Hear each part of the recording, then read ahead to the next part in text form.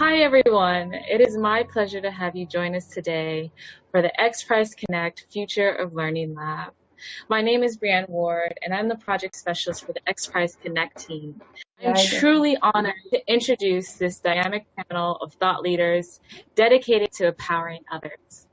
Today, we'll talk about the power of gaming and the impact of games as effective tools in learning resilience, forming social communities, and the potential of video games to motivate and create transformative experiences in learning, health, and social-emotional development. In 2020, we've seen a worldwide epidemic cripple our economy and hold the lives of millions of people and ultimately change our proximity to one another. James McConigal predicted in 2010 that if we reach a critical mass of gaming hours, we can solve the world's biggest problems like climate change or poverty. And it's estimated that 2.6 billion players play hours on end to save virtual worlds today. So it raised the question, why are we not further along in using games to address issues like mental health? This panel of experts here today are all working on using games to empower people to build skills in virtual worlds they can apply in real life. I'll begin with introducing each of our panelists who will tell them a bit about their work, and then we'll jump into a discussion exploring the potential of gaming and social emotional health. Dr. Kecia Waddell is the Executive Director for the Center for Blockchain Studies, where she supports the applied understanding of new and emerging technologies. Dr. Kecia Waddell, welcome. Oh, thank you so much for that wonderful introduction, and I am so pleased to be a part of this inaugural experience with XPRIZE. Let me just tell you a little bit about the Center for Blockchain Studies. We essentially are we've called ourselves where the blockchain education meets wealth building opportunities. The Center for Blockchain Studies is the forward-facing education arm of Black Blockchain Consultants, which is a network of blockchain novices and seasoned professionals who collaborate to understand blockchain technology, where it's headed, how we can profit from the $3.1 trillion industry.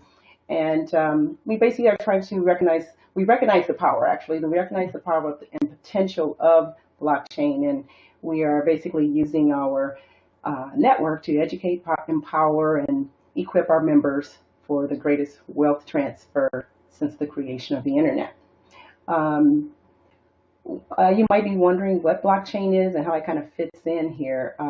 Blockchain is a distributed, synchronized database containing validated blocks of transactions. And relevant to this discussion, it's important to note that the strength of blockchain technology lies in its consensus protocols based on game theory mechanics, along with peer-to-peer networking and cryptography. The three work together to enable secure, transparent, immutable, reliable, and validated transactions of value on the internet. Transactions that are of a digital nature, like photographs and video, songs, currency, and even academic credentials, or even of a intangible asset type like patents and trademarks and intellectual property, and then even as well as real assets like real estate property, gold, art, and that's all once it's tokenized to represent a symbol of ownership backed by a legal system. But anyway, it's all made secure and honest by the incorporation of cryptography and game theory. And game theory works to incentivize the collaboration of good behavior and of anonymous nodes that are distributed globally for the common good of the network. So in a purely decentralized blockchain network like a Bitcoin that you might be familiar with, cryptography and game theory is critical to making the actions of bad actors not even worth the effort. So that's how blockchain kind of fits in there. But beyond my involvement in the Center for Blockchain Studies, that is after my full day job, which is actually being a special education teacher in a public school setting in the suburbs. And in my classroom, I am known, in my actual district, I'm actually known as a person who integrates technology for transformative teaching and learning experiences, which include high-tech kind of gaming kind of things that I bring into my classroom and learning experience, to just reimagining, normal kind of games or gaming techniques in the classroom, just to deepen my students' understanding. So I look forward to speaking with this esteemed panel of folks who I know have experiences and probably tools that I would love to use in my classroom, to tell you the truth. So I look forward to that discussion. Thanks. Next, we have Rosemary Lokhorst, who is a writer, technology entrepreneur, and award-winning game producer. You may know her from her work on Shadow's Edge, a multiple award-winning mobile game. As the producer and narrator, she's helped young people find their inner ninja. Thank you for joining us, Rosemary. Thank you very much for having us here, and I'm honored to be amongst these ladies. To go a little bit deeper into what we do with Shadow's Edge, we help young people that have had some kind of hardship in their life, be that a chronic illness or, like now with what's going on in the world, COVID and others, build resilience through our game. The game is based on narrative therapy and on artistic expression, and it's an adventure game where you have to save a city that has been hit by a storm.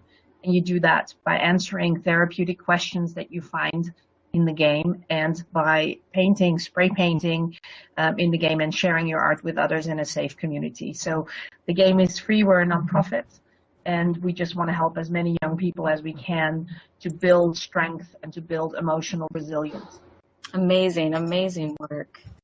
Next, joining us today is Jessica Murrey. She is the CEO and co-founder of Wicked Saint Studios, a media company designing crazy fun interactive story games that happen to prompt behavior change and real-world action. So happy to have you here with us, Jess. Hello, hi everyone. It's so great to be here with XPRIZE and with these fabulous women around me. So a little bit more about Wicked Saint Studios. So like you said, we create interactive story games that are wickedly fun and actively good. So get out and change the world good. And so within our interactive story games, you're able to practice playing the hero and dealing with conflict, and then we'll prompt you to actually do something in real life. So you get to play the hero and then become a hero in real life. Right now, our next game that's coming out that we're currently working on is called Pathways. So imagine Riverdale meets Game of Thrones, and that's what's happening in Pathways. So again, interactive story game on your mobile phone, hopefully be available for young people very soon. It's a young episodic adventure game, and all of our games are really based on conflict, and that's because my partner and I, we've spent the last 7 years in peace building.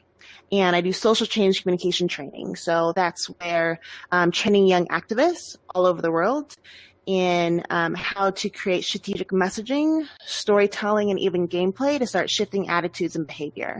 And we have what we call the tattoo method, which is all about having an audience-centered approach to really how to tap into your audience's identity and so that they identify with your characters and your messages and your gameplay. So how to take young people on a real-life hero journey, and that's what we're all about here at Wicked Saints. Our last panelist today is Ada Palmer. She's a professor of history at the University of Chicago, studying pre-modern European thought, history books, reading, censorship, and information control. It is a pleasure to have you join us today. Thanks. So in terms of games, that's my kind of other hat from my historian hat, which is my science fiction novelist hat. Being the author best known for the Terra Ignota series. But I've been using gaming both in history teaching and now in science fiction teaching. So for a number of years I've used text-based and face-to-face live-action role-playing to teach history. I'm best known for my papal election simulation, which for 2 weeks every year fills campus with people dressed in long cardinals' robes and wandering around campus with swords, and everyone knows it's because they're learning history. But for the pandemic, the university has approved a project of mine called Exoterra.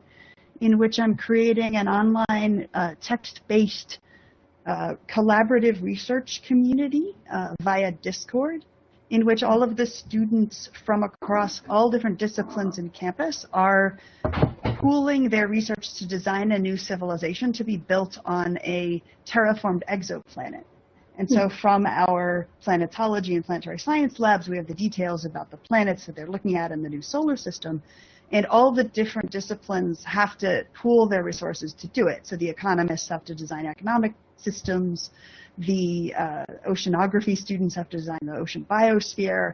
The law students have to design the new legal system. And it's allowing all of the students, hundreds of them in many different classes, to do collaborative research toward an aspirational and constructive project, which is building morale and community during the separation of COVID.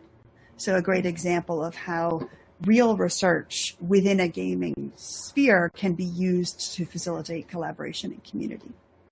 All right, thank you all so much. You all do such amazing work. We have some concrete examples of games that can impact learning, health, and resilience from all of you. And so a question for the panel, what do you think is the true potential of gaming for learning social emotional skills? The true potential of games. Rosie, do you want to start us off? Sure. So we've had this question when we wanted to translate our book into something digital, and we looked at, what can we do to create a product that is digital and that's comfortable for the next generations. And gaming is just so powerful because it has a few values, I think, within games that you can't really match. And play, for example, has been used for, hundreds of years in psychology. Just nobody has taken it digital so far. And I think just that method of really being able to create experiences that people can go through, they can experiment with. You can't really kick your brother under the table, well, at least not more than once, right? But in a video game, you can practice that, and you can get better at it, and you can take those skills back into real life. And I think that's something where gaming has a lot more potential than we see nowadays, to really teach people certain things, not just procedures and processes, but really teach them things about themselves and have them experience and practice that. I don't know how you ladies see that. Well, I wanted to add to that, actually. Yeah, I know, working with my students who have, clinical disabilities, to include the learning disabilities, reading and that kind of thing, I have to say that when they are engaged in gaming, they absolutely tap into almost what a sixth sense, I would say. They make sense of what's going on. They engage so deeply, which we understand that's where learning even begins. You bring in your existing knowledge and and layer on new information. But the biggest thing I see in terms of the impact with gaming, particularly in the traditional classroom setting, and I'm talking K-12, K-12 serves a certain type or a profile of a student very well. If you think of the bell curve kind of situation, there's that set of kids who are going to do well no matter what. And then, of course, there's a kind in the middle, which they kind of make it, they don't. And then, of course, the folks on the tail end who are just, this is not going to be the right setting. Gaming allows for everyone to show their expertise and to be what it is they want to be, in a safe place. As much as a lot of times educators attempt to make their classroom a safe place to, fail, which we know is a part of learning, it's not a safe place, even if the teacher, he or herself is very, empathetic and caring, you got the whole set of peer pressure and such like that those dynamics that go on in a classroom. So when you're able to take on a persona inside of a gaming situation, and I'm not even really just referring to a digital space, but just even when you're able to role play and really take on a persona, whether it's digital, offline or online, people really get into it. I mean, I see how people change behaviors just at You know, at Halloween time when they're able to put a mask on, they become a whole nother person. You know what I mean? Do you see that kind of behavior, Ada, like on your In the classroom? Yeah, absolutely. yeah, on the campus After the role play, exactly. You know, the role play that I do in my Renaissance course is in the midpoint of the class. So they've already been in class for a couple of weeks. Then there's this moment where they take on different roles and they become different people and they have to negotiate and betray each other and help each other and invade France or not invade France, whatever they decide to do. Afterward, they know each other's names. Afterward, the balance of who speaks in the classroom changes totally so that it evens out. And a lot more students who didn't speak before do, and the students who were sort of the hyper enthusiastic, hyper engaged students who tend to dominate the conversation, instead are eager to hear what their peers want and address more of their question to each other. You know, oh, you were King Charles when you did this, why did you do it? Instead of it being between them and the teacher. It's amazing how much, and another great example of this, it lingers. So that this year, as COVID shut the classrooms down and shut the campus down, it was the students who got to know each other through that role-playing game, who kept in touch, formed an online community, supported each other, had the emotional and friendship resilience to cope much better than the students in other courses, because they had that experience of having tried together, failed together, planned together, and accomplished something together, or gone down in flames if they were the losing faction. But even that is an accomplishment, because of course in a game, as I stressed to them, what your goal isn't to win, your goal is to create an awesome experience for everybody. And so if you're the person who's going to go down in flames, that is a great achievement too, so long as the going down in flames is exciting and dramatic. Oh my gosh, this is so interesting, you guys, because in peace building we use role playing a ton, and just in, you know, more to say, like, if you're in the field, like, what would you do in this situation? We also use it for violence prevention training. And so I went to this one violence prevention training where they never told you what to do. They just had you read through scenarios. Okay, this is what's going on. What would you do? And it's so powerful. And again, what you're talking about with experience, like, we know that behavior change doesn't happen by giving someone information. It happens through experiences. And that's something that we can give through gameplay, through stories. And it's one of the reasons why I train storytelling in so many places, is that, you know, you can kind of vicariously have an experience through somebody else. But through gameplay, you can be that main character. You can decide how to respond in a situation and then safely experience the consequences of that behavior. You know, when we're talking about something that's like real life type of things, as well as what, you know, we really address in our interactive story games, is like, okay, what do you do when a bully's coming at you? What do you do if a bully's coming at someone else? What do you do if someone's saying something really racist and hateful? If you respond in an aggressive way, the chance of retaliation is really high. If you respond passively, you become a bystander and you become vulnerable.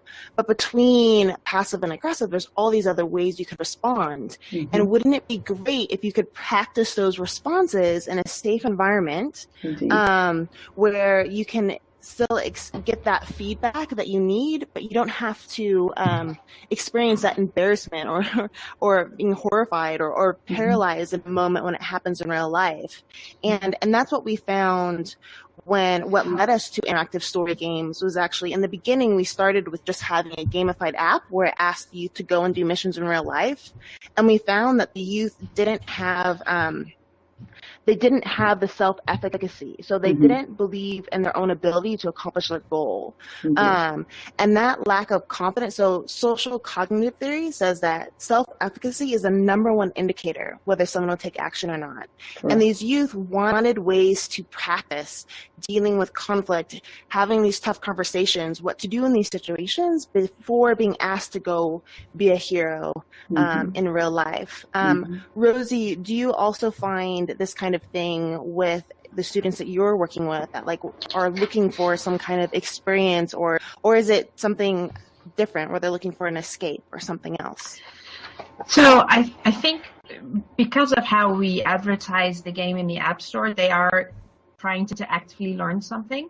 And in our case, because it's mental resilience, what people come to us for is self-care or self-help.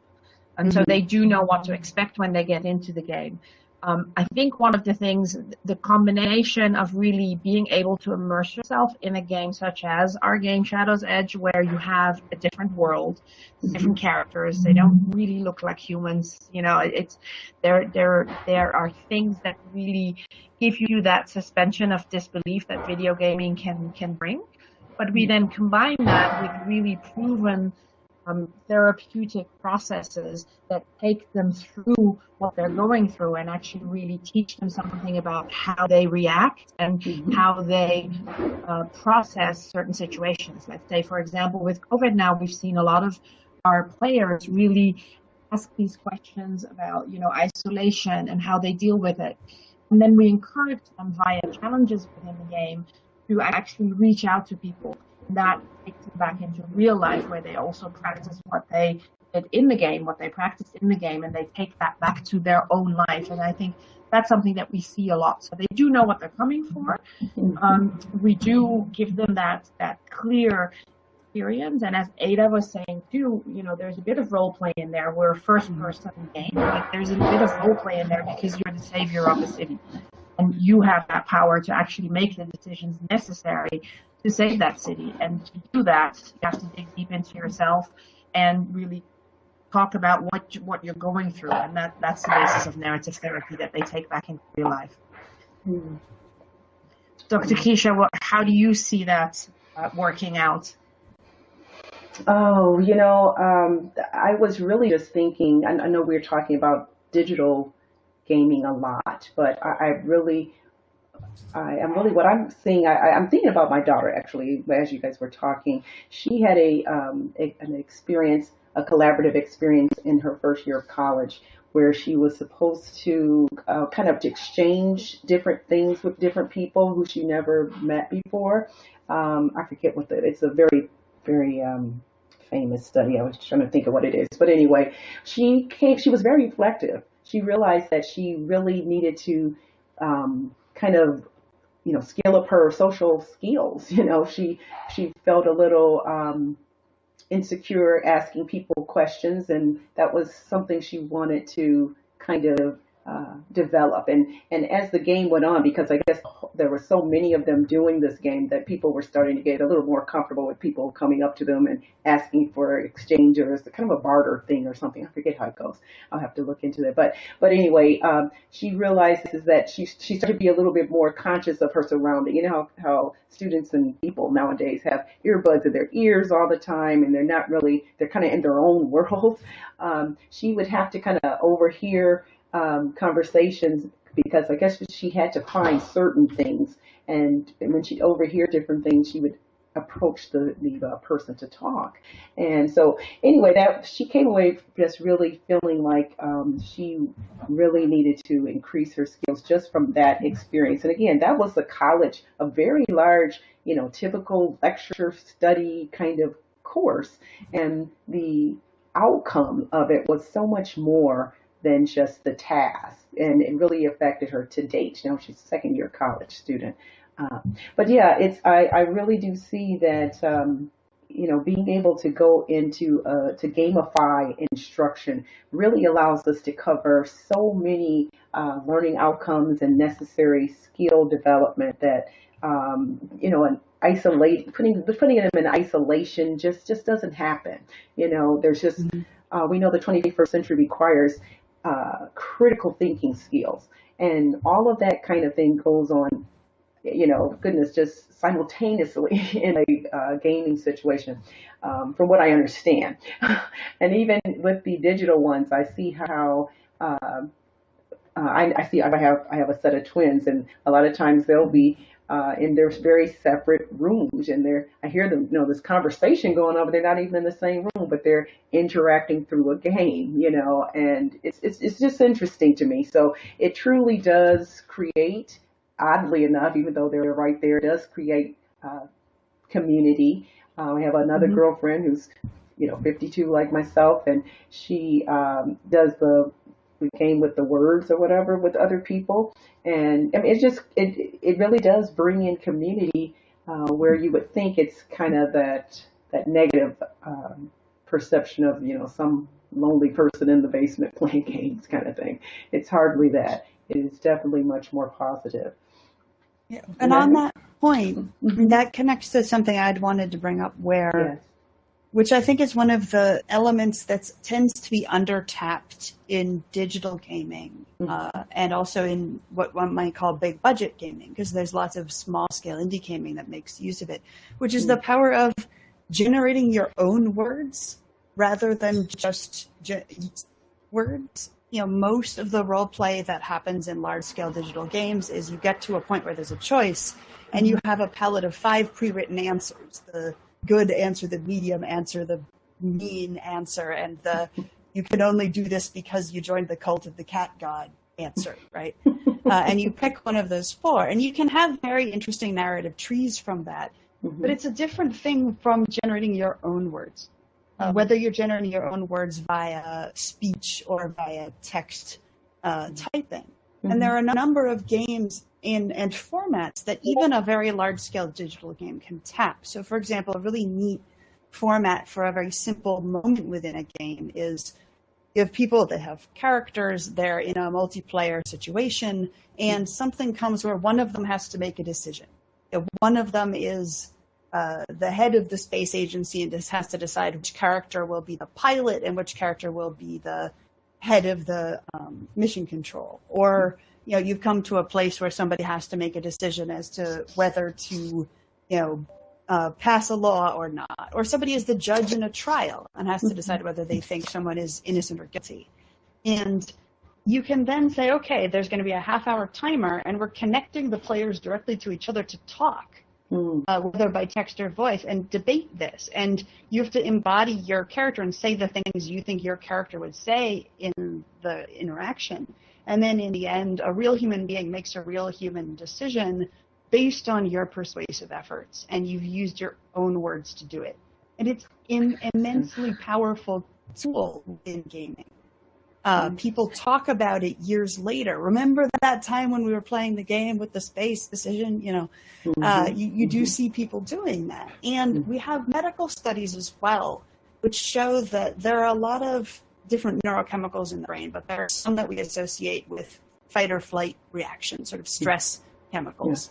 The stress chemicals that are generated by living in COVID, the stress chemicals that are generated by trauma or anxiety, the stress chemicals that are generated, in fact, by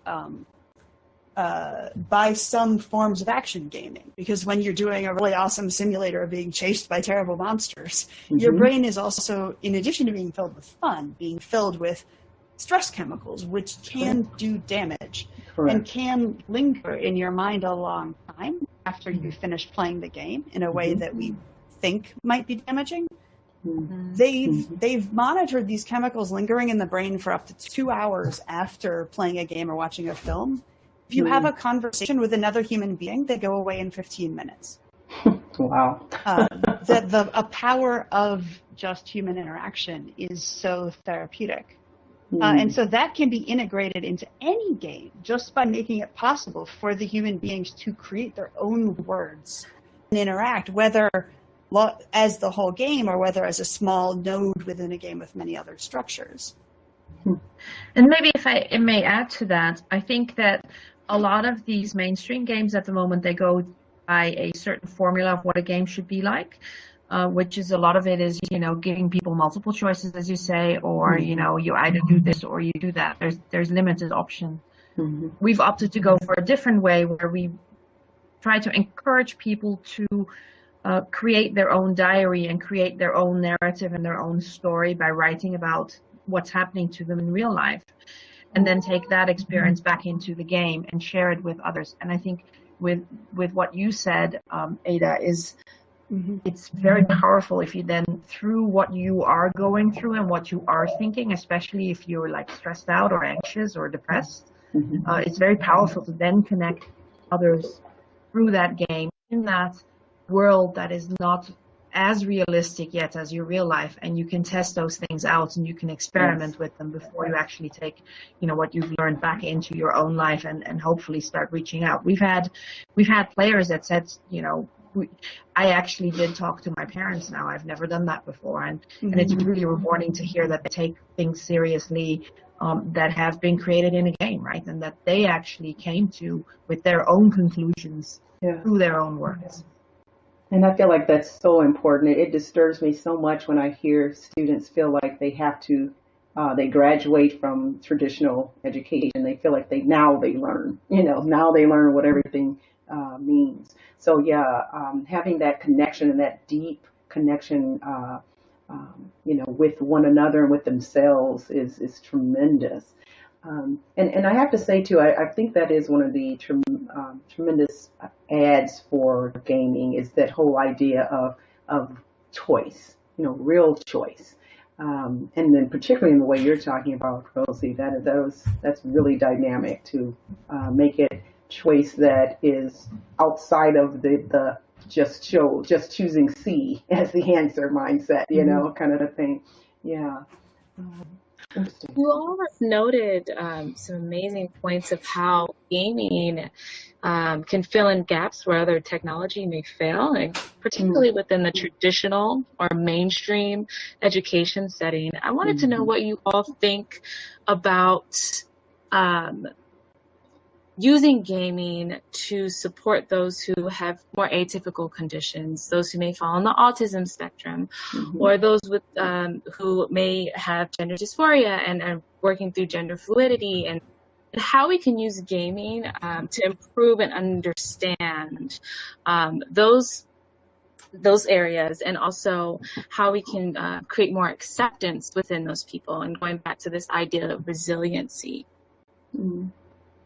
Well, I think we've touched on it in the sense that games allow for the building of empathy, on deeper levels. Ada, you just kind of mentioned how when you talk, when in that study, when people talk with one another, the information just kind of disappears in 15 minutes. And I think that's because the stress chemicals, yeah. Oh, the stress. Yeah. Oh, the stress. Oh, okay. Disregard then. That's going to take it somewhere else then. Well, what I was going to get at, I misunderstood what you said then. But what I was going to get at was just the whole idea of being able to, kind of like what we all have been saying, being able to take a situation and really play it out without the danger of offending someone and what have you. I mean, I feel like the power of gaming is likened to the power of music. How music is considered the international language kind of thing. There's much that can be conveyed in a gaming situation, and depending on the purpose of the game, it could be used as quite a powerful tool, in which case, again, I feel like we really need to teach people how to evaluate things, because we're using games for good, and there might be some really some ideas that we don't want to get locked in so deeply, but we know the power of gaming, and it could go that way in a negative way.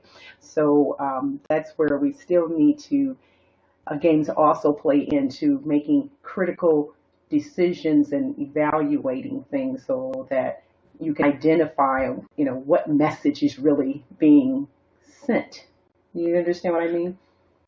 Yeah, definitely. I think inclusion and representation and empathy are so important to consider when building your games. We look at of course, I'm always going to go back to like conflict and peace building, but what we tend to do is demonize the other And when you demonize the other, it makes it easier to harm that person. And also, you know, when you feel like you're under attack, it's also impossible to see the pain and suffering of others.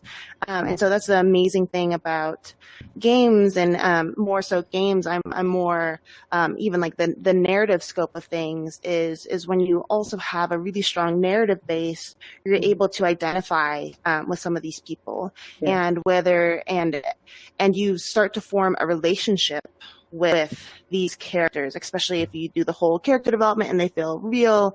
And it goes a long way to thinking about, okay, so if you to have this person who, if they're on the spectrum, or however they may be different, being able to see them as a person, being able to interact with them, to see the ways that you interact with them and how it affects them in their life and in their happiness, is a great way that we can start building empathy, and really starting to, you know, maybe you can go play the game in their shoes for a while. And and so it goes across every type of difference. And I really believe that our inability to deal with difference stops us from making progress on everything we face. And you know, and then the other thing of inclusion is, you know, whether you're creating a messaging campaign or story, people have to be able to see themselves in it. And if they don't see themselves, whether it's themselves in the language or the imaging or how they identify, then that means that whatever that is not speaking to them. You're not speaking their language. And so it's so important to have this kind of representation within games, and so kids can see themselves within the games and interact. So on kind of both sides of it, whether it's empathy for how you treat others, or being able to build confidence in who you are and that's okay, and seeing yourself represented in games, all those are really powerful tools. And again, you go down to kind of this power dynamic that you're talking about, Ada, with, you know, when people are able to come together and collaborate together, and that social impact, how powerful that is. With contact theory is about, you know, people, it's not about helping the other, but it's about engaging them as a partner to accomplish something together. And that's when you see a reduction of fear and an increase in empathy. And that's something that these games, whether they're social games or you get to kind of, you know, dive into this world and practice stuff, there's so many different elements that I don't think that we've even tapped into all of it that can really help build relationships and lead to more inclusive society if we're conscious about how we build games. I know, Rosie, I'm really curious to hear what you have to say with all the work that you've done around mental illness and things like that, and how you've seen it kind of play out with your players.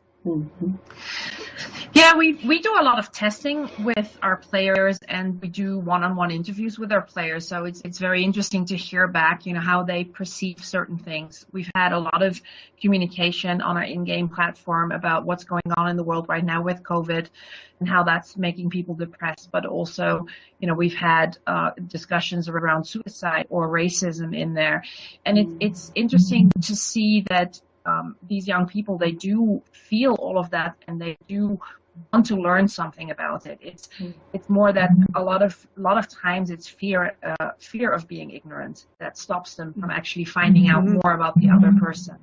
We go one step further even with games, which to be fair, we don't do at Shadow's Edge at the moment, but I think that we will in the future. I think games are uniquely positioned to also have us as game developers, as industries, and how people play the game and what they play and how long they play and what choices they make and why they make those choices, to really potentially in real life be able to help them and support them better as well. So we could also use gaming as a very powerful research tool. Agreed. Ada, how do you see that? Do you learn a lot from what you do in your, for example, in your real world role play games, or that you take back into teaching? Oh, lots. I think there are several points I want to touch on in order, and starting with a through thread on inclusion and also disability. You know, relating to what you were saying and also what Jessica was saying about there being an eagerness among young people, especially, to learn about inclusion, and also an anxiety about how to be sensitive about it. To give an indication of the degree of this eagerness, I'm disabled myself. I'm a chronic pain sufferer. And a couple of years ago, when I had to miss class for a surgery, I went in front of the class and said, I'm disabled. I'm a chronic pain sufferer. I want to give you a 5-minute Q&A about it so that you'll understand why I'm missing class. They were so eager to talk about it, eager for an opportunity to ask about it, to ask how invisible disabilities broadly work, how to be a good ally, how mental illness, which is an invisible disability, versus invisible disabilities that affect the other parts of the body work, that they kept asking questions for the full hour and a half. And afterwards, 13 of them came to my office hours to talk about it more. There's so much eagerness to have a space to talk about how to be a good ally. And gaming can absolutely be that. In a really valuable way, especially when it's cooperative, especially when there's a team and different people on that team have different roles. Because if this is, let's take my Exoterra project where students are designing a new planet. If there's a team that's the agriculture team, and there's one person on the agriculture team who's a microbiology specialist who knows how the microbes in the soil work, you have to listen to them when it's time to make these decisions, right? They're the expert on this. Everyone else there does plants or does consumption or something. And if that person is on the spectrum and talks in a funny way, everybody wants to listen to them, practices listening to them, right? They get to speak to other people who really care about them, feel authoritative, and be the expert. It works the same way in the historical role play where, only one person is the King of France. Only one person is the Cardinal of Milan. They have things these other people need. And it means all of the students practice really having a strong reason to interact with a person that they don't personally know who has an unusual affect. And the person with the unusual affect has the practice of, oh my God, everybody in the room is listening to me really seriously and taking me seriously. Nobody is being a jerk about this. It's a very positive experience on both ends of that, enabled by the fact that it's teamwork and everybody has something that they're the only one that contribute to this situation. It's been immensely effective in that. I want to talk a little bit about representation as well. Which is another space where, again, when teaching these things, it's very effective. So, I'm always making a point of pointing out, for example, when historical figures we're looking at are disabled, because often we hear about famous historical figures like Lorenzo de' Medici, but because his disabilities were erased in the 19th century, they tend to still be erased. And when you point out to students, not only Lorenzo de' Medici, but also King Charles of France in the period are both what we would in a modern sense call disabled. Everyone is super excited by the fact that these major figures, the King of France, are in this category, and it becomes a group, conversation. That said, in a lot of games where the characters are pre-generated, there are limits to how much you can represent. Right? Let's imagine you have your 5-person squad and you've tried to make them as diverse as possible. They can't cover everything. And even if they do cover a wide variety of things, the intersectionality won't necessarily be what a particular person is looking for. That you might have somebody who is an asexual black trans woman, and that combo doesn't appear. Like each of those attributes might appear, but they won't be together. And there are also, this is about future-proofing the utility of a game, there are axes of marginalization that we aren't thinking about yet, that have not yet moved into the forefront of discourse, that exist, right? But we're constantly expanding how many different categories we're caring about. There's much more conversation now about trans rights, for example, than there was 10 years ago. Think of the equivalent of that a decade from now that we aren't thinking about yet, but that matters to people and will matter. When you have an opportunity for the person to design elements of their own character, to create part of the backstory themselves and have that backstory matter, not just be in their own head while they go around being a zombie hunter like everybody else, but to embody those attributes in a conversation with another person, in a set of actions, in something they write. You make it possible for your game to give representation to every intersectional combination and even to axes of marginalization that don't exist yet, right? And 30 years from now, when we have kids who are genetically engineered and feel anxious about that, and that's an axis of marginalization which doesn't exist now, your game, even if it's 30 years old, can still be powerful and cathartic for that student if you've built in the capacity to have some self-generated elements of the characters.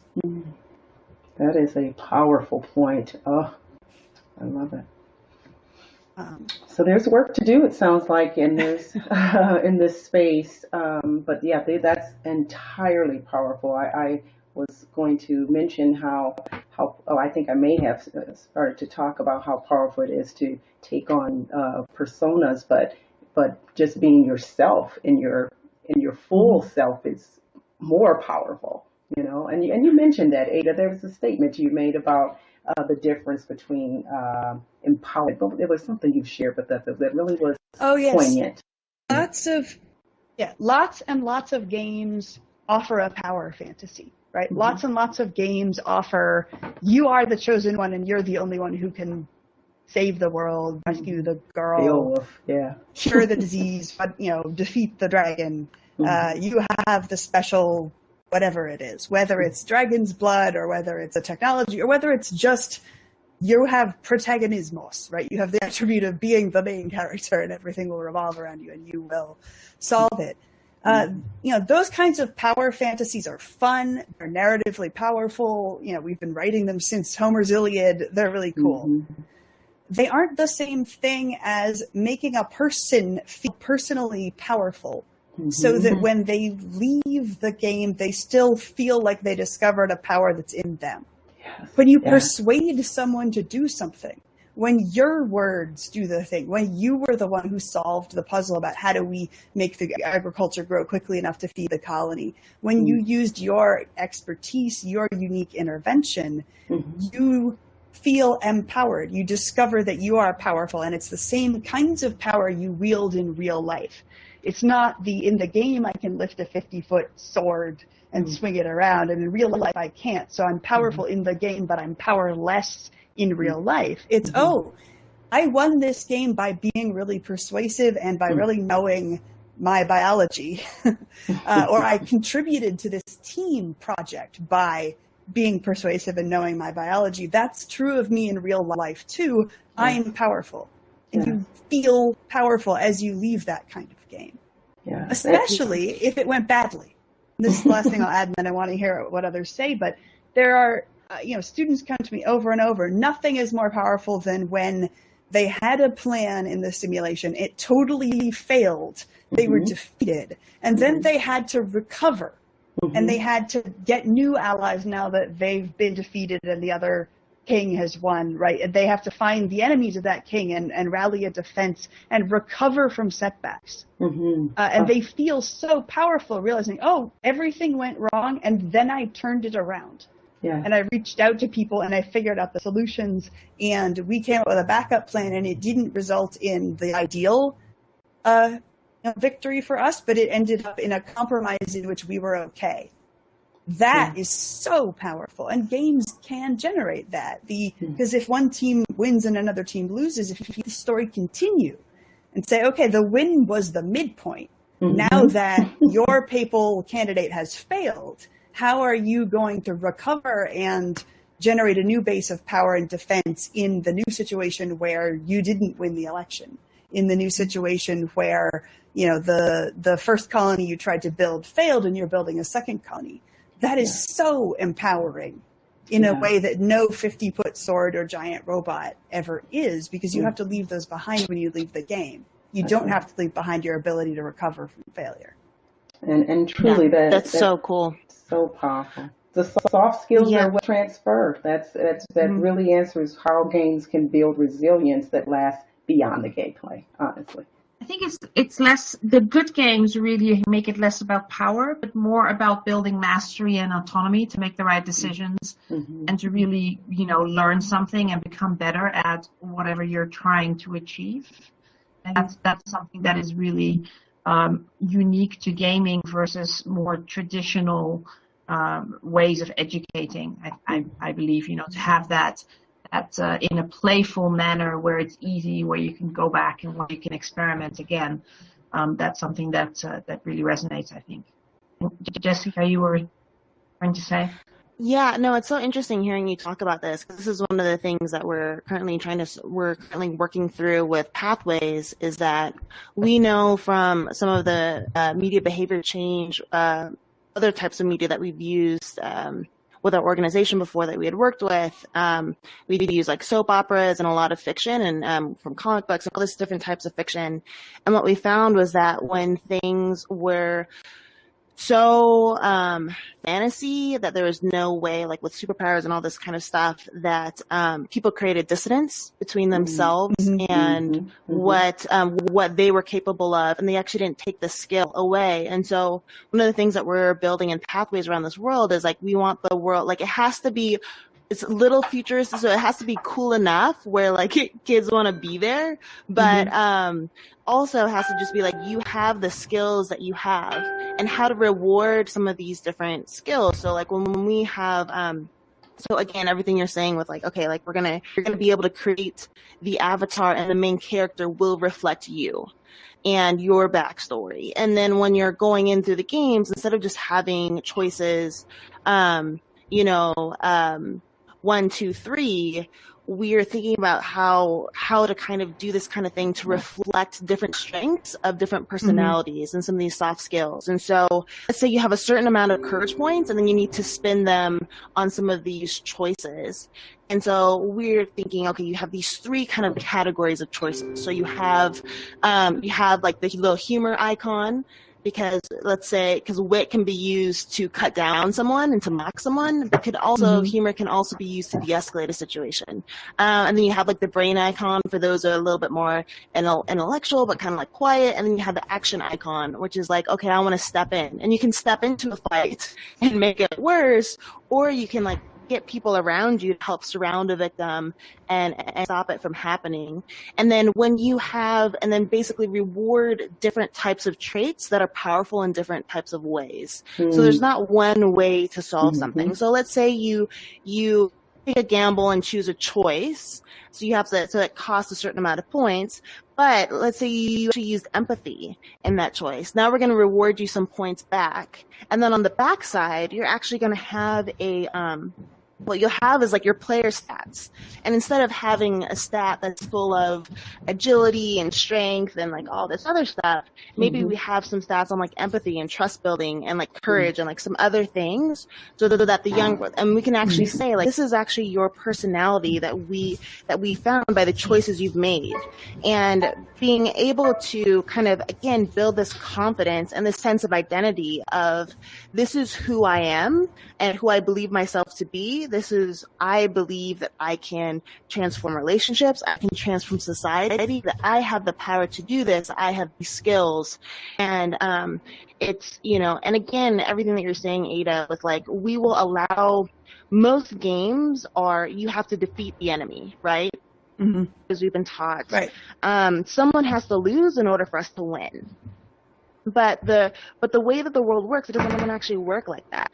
If I call someone a racist, I might win my argument in that moment, but is that person any more likely to want to help me in my cause? Probably not, but that's the person I need most. And so within our game, we're going to allow you to go down the path of like defeat the other person. That's the enemy. Let's try to get them kicked out of school. Let's try to like ruin them or like whatever. And you're probably going to hate this person, and you can go down that path, but then you'll see what happens. And you'll probably actually need that person at the end of the day to solve the mystery, to solve the conflict, whatever it is. And so there's so much kind of interesting things that you can go into and you can use. And like, we're still play testing a lot of this ourselves. But again, this is how there's so many ways that you can see if you make impact with these games. You can have your baseline testing, but you can also see how choices evolve over time. And then with our game, we're going to be able to, you're going to practice these different types of behavior and techniques without it feeling hopefully very practicey. It should feel like entertainment.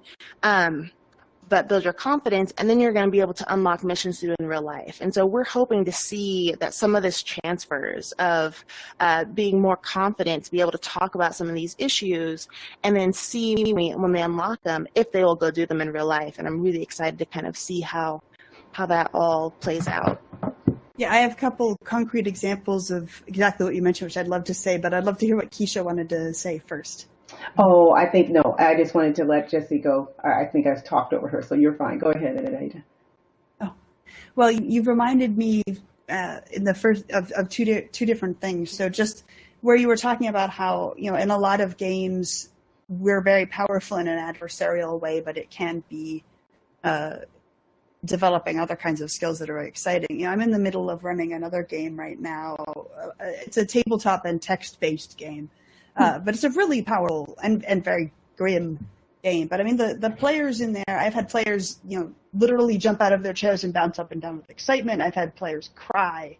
And I have one player who, his character has achieved amazing stuff. He's re-engineered his entire country. He's literally turned himself into a god. The thing he cares most about, the player, is his friendship score with the character's best friend. He cares about that so much more than the rest because it's rich and relatable, and the best friend character is a very powerful character. He was more excited when he reconciled with his best friend than when he turned himself into a god. Which is a good example of how powerful these kinds of stories can be, which relates to a movement within the science fiction and fantasy world, which is sometimes these days referred to as hope punk. If you're used to cyberpunk and other sorts of punk, hope punk. But we've noticed that there are so many very dark narratives. Yeah. There's so much grim dark. There's so much, the conspiracy turns out to be worse than everyone thought. There's so many plots where, you're learning that there's some kind of conspiracy. What is it doing? It's doing something terrible. Narratively, it's incredibly powerful and surprising when what turns out to be happening is people are being good. And I can use some famous and some non-famous examples of this, but many people saw the film The Martian. And there's that moment at the beginning where they realize that they've left him on Mars, and we have the people at the computer seeing the pictures, and they say, well, left him on Mars. We have 24 hours to inform the American people of that, because that's our legal duty, so better prepare the press conference to reveal that we've left him on Mars. And it's really surprising, right? Because in every other story, they would cover it up. Mm-hmm. Or in the film Interstellar, where they come upon this secret compound and the secret bunker. What are they doing in the secret bunker? It's the good guys, and they're trying to save humanity. It's full of doctors and medicine. It's so surprising because that's what never turns out to be the case. And we're in a point, because narratives have been so dark, that we can tell stories that are more surprising and therefore more powerful and also more accurate by having the opposite, right? Thank you. And there are these observations people make about how we have so many disaster movies where after the disaster also everybody turns into a terrible person, and we have biker gangs, murdering each other. We have so many versions of the trolley problem. Whereas real life isn't actually like that. In real disasters, people tend to pool together and cook each other gumbo and help, but that's not what we depict. In real confrontations, a lot of people try to make peace and come up with a solution that isn't A versus B, somebody has to go down, that is cooperative. Even when Google was testing the Google cars and everybody's braced for the trolley problem, right? Everyone wants to ask about the trolley problem with the self-driving cars, because we're so used to the idea that the universe is going to make us make these grim choices. And then they ran millions of simulations, and it was never the correct answer to hit the pedestrian. It just isn't actually true that happens. It's always the better choice to protect everybody. That's the way the real world turns out to work. But because we discuss the trolley problem so much, because we discuss conspiracy so much, because we discuss zero-sum adversarial so much, we assume it's the way the world works when it isn't. If we tell more accurate stories where people are better, not only is it therapeutic and educational, it's also more exciting narratively. Because it's not what people expect. It's relatable. I love how you've touched on preferred future state, but telling narratives that, like you said, are relatable. And Jessica, I absolutely love that you're working towards creating that preferred future state within your game, and everything you're doing with your team, to make sure that you have empathy and you have this idea, and correct me if I'm wrong here, you have this space where the player can see exactly who they are in the game, right? And applying that to that narrative Ada has brought up about real world consequences and what will happen, that's more realistic, I think is an amazing way to, again, into that preferred future state. Rosie and Kecia, I wanted to give you both the opportunity to talk about your vision for a preferred future state as we're reaching at the top of the hour. Well, you know what? I really wanted to tap right into what Ada said. I'm so glad you brought that whole idea up of changing the narrative, because I do feel like that's exactly what's going on in this moment that we're living in real life. You know, I'm an African American woman, and you know, I know right now we're as a community changing the economic narrative.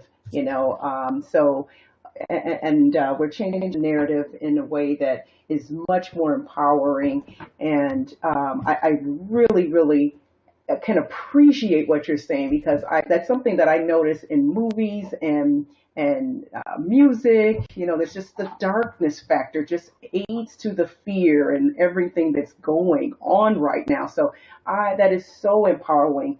And that's one thing that was one of our questions, was to think about how it can, you know, things can be impactful beyond gameplay.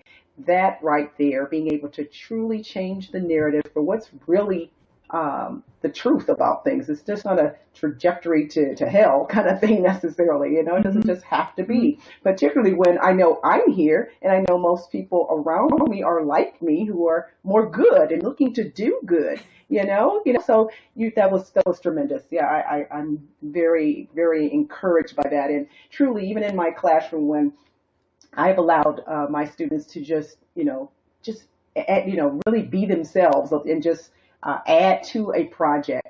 They struggle with that because of some of the things you just mentioned, Jessica, about how that the opportunities to exercise that on a day-to-day, and you know, students in K-12 setting are in school probably more, well, prior to COVID, in school more than they're with their parents and whatnot a lot of times, you know, and it has quite an impact on them. So for them to get into have an opportunity of choice, and then the choice they actually make is beautiful. It's a beautiful thing to see. It really, really is. So yeah, very good point, Ada. Great. And so, Rosie, your vision for a preferred future state within gaming as it pertains to mental health and well-being, do you have any final thoughts there? Sure.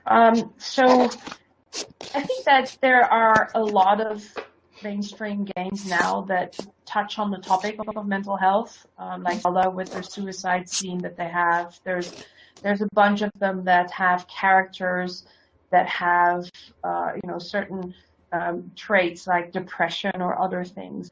I would love to see more of that, but in a more accurate way, because now it's not somebody has depression or somebody's stressed out, but it's somebody's crazy. And it's less, you know, somebody has issues and feels terrible and doesn't know how to react to things, but they're mentally ill. And I think that really being able to portray these characters more accurately when we then do choose those characters, that would be something that I'd really love to see more in gaming. The other thing is that I think that there's a lot of gamers and a lot of players that want to do something good, and that's a trend really going up. We see that in our game where, you know, so many of our players actually come to us and then want to help us make the game better. So I would really love it if more of not just indie gamers, but also bigger games would actually really take that seriously and take the input of their players who are wanting to do the right thing into the game and create different narratives and stories around real situations. I think that we can use more of the real world within gaming, so that then it is easier to take what we learn in games back into the real world. That would be my preferred future state, if you will. Agreed. Yes. Excellent. So as we reach the top of our hour, I'm so saddened but filled with such gratitude that I had the opportunity to grace the stage with your brilliant minds and to be a part of this amazing discussion today. For everyone in the audience and everyone watching our live stream, I want to make sure that they have an opportunity to follow your work and that we can still continue this conversation, because as we've noted today, we have a lot of work to do, but we're getting there. So if all of you could just share maybe your Twitter handles or digital spaces you can follow and keep up to date, that'd be a great way for us to close out. Well, I'll start. You can find me on LinkedIn at my full name, Kecia Waddell, and I'm also on Twitter at Dr. Kecia Waddell. And then certainly you can follow me on Facebook with Black Blockchain Consultants. For me, it's even easier. Shadow's Edge is the name of the game. And around that, there's the .com for the website. You can find Shadow's Edge on Instagram, Facebook, etc. All of those, including the website, will then also lead back to me and to my profile. And we have a direct email if somebody wants to contact us. That's feedback@shadowsedge.com. And you can find Wicked Saints. You can follow us on Twitter. It's Wicked_Saints. And on Instagram, it's Wicked Saints Studios. So you can find us there. You can find me on both Instagram and Facebook, or on Twitter as well. Jessica Murray, no space, and it's Murray with an E. And of course our website, so wickedsaints.studio. And there you can also sign up to beta test our pathways for when it comes out. And every email that goes through there, I'll see. And so, please feel free to reach out and or sign up for our pathways game.